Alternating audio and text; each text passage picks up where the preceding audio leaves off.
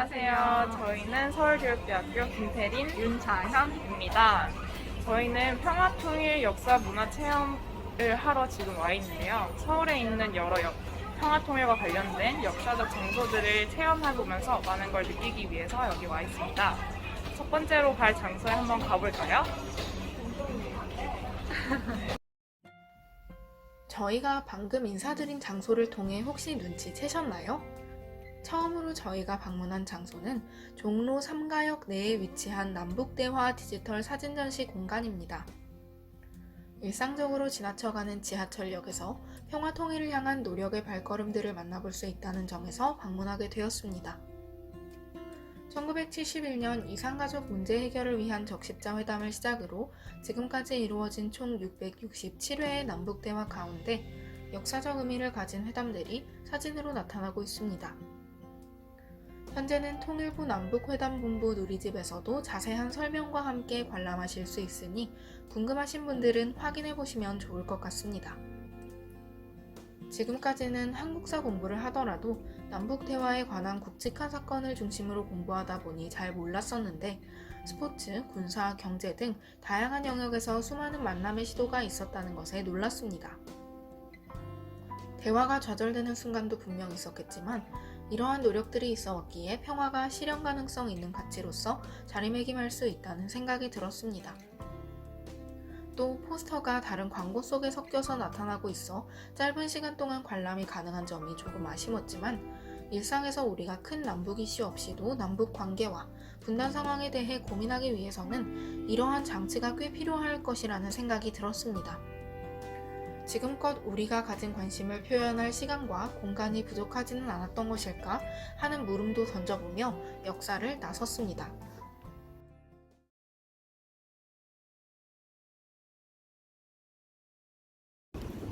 저기 설명도 있구나.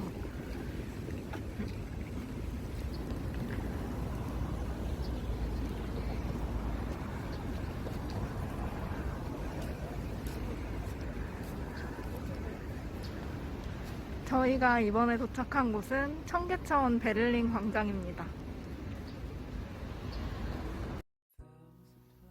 독일의 베를린에 1961년부터 설치되어 있던 베를린 장벽은 서독과 동독을 가르는 분리와 분단을 의미하다가 1989년에 붕괴되면서 통일과 자유의 상징이 되었습니다.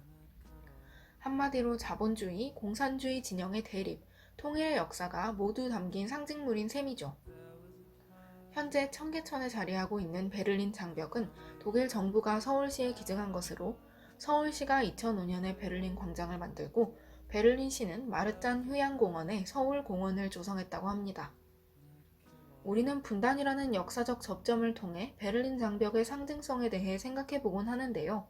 저희 역시 그러한 역사적 맥락을 다시금 읽어보는 시간이 되었습니다. 장벽 앞 공동상은 서베를린의 상징으로 몸통 양쪽에는 남대문과 브란덴부르크 문, 그리고 양도시 시민들의 모습이 그려져 있습니다. 독일에서 건너온 베를린 장벽이 그대로 놓여있다는 것을 생각하면서 보니 분단의 아픔을 느낌과 동시에 그 아픔에 대한 위로 역시 전해지는 것 같았습니다. 언젠가 통일이 된다면 우리나라의 판문점 시설도 과거의 상처를 딛고 누군가의 아픔에 위로를 줄 수 있지 않을까 생각하니 가슴이 두근거리는 듯 했습니다.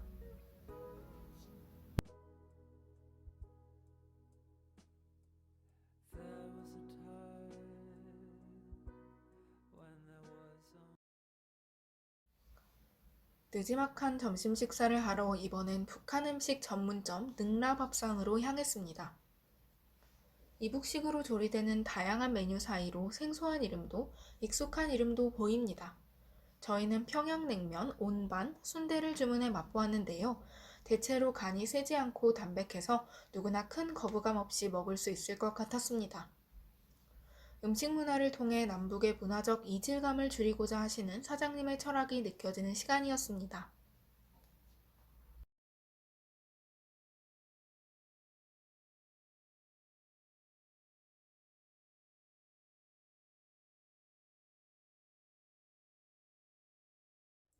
점심을 먹고 방문한 곳은 바로 효창공원의 백범 김구 기념관입니다. 기념관 내부는 촬영이 허가되지 않아서 효창공원과 기념관 외부, 백범김구 상 영상만 찍었는데요.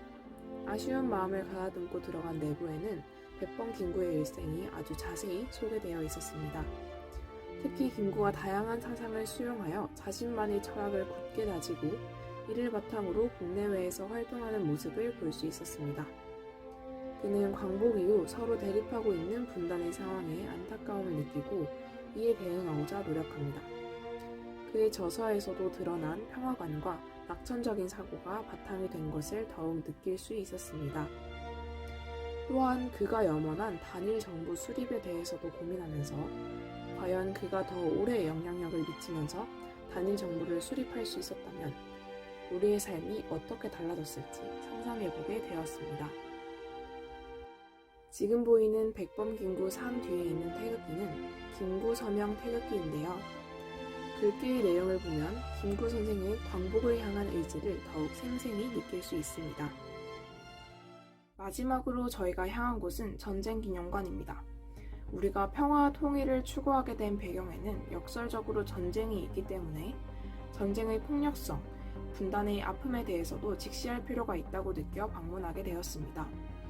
전쟁기념관 또한 전쟁실 내부는 촬영이 어려워 아쉽게도 외부 영상만 촬영했습니다. 6.25 전쟁실들을 차례로 살펴봤는데 6.25 전쟁의 주요한 흐름, 순국하신 인물, 전쟁 무기, 병사들의 사연이 담긴 편지나 동상 등을 볼 수 있었습니다. 전쟁사와 국가안보를 바탕으로 우리나라를 살펴볼 수 있는 곳이기 때문에 사뭇 이전과는 북한을 바라보는 관점이 다를 수 있는 공간입니다. 이렇듯 이념과 상황 배경들에 의해 통일에 대한 다양한 입장이 존재할 것입니다. 이러한 사회적, 역사적 배경 속에서 학생들에게 어떻게 평화 통일에 대해 교육할지 고민해 볼 필요가 있다는 생각이 들었습니다.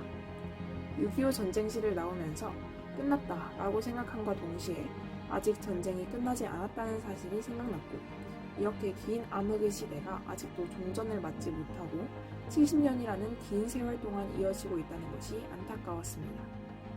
나오는 길에는 푸른 하늘과 참전국들의 국기로 둘러싸인 광장을 걸으며 평화를 원하거든 전쟁을 기억하라 라는 문구를 보았습니다.